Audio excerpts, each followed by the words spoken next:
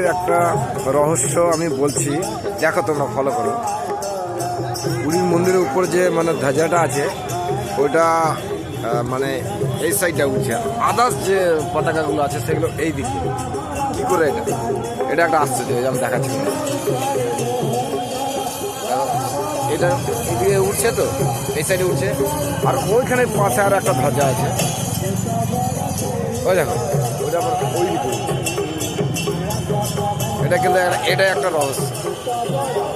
দেখো আমি এটা জুম করে ঠিক আনতে পারছি না, এই যে ওই লাস্টের ধ্বজাটা দেখা যাচ্ছে একদম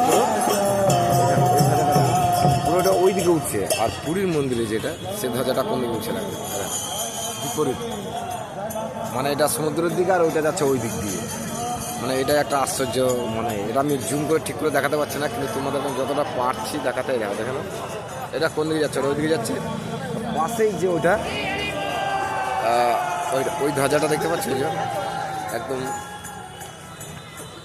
হ্যাঁ ওই যে, হ্যাঁ ওই যে ওইটা ওই দিকে, এটা একটা আশ্চর্য। এটা সব ভগবানদের দৌড়িয়ে সব ভাবা যায়। রাখলাম, গুড মর্নিং সবাইকে।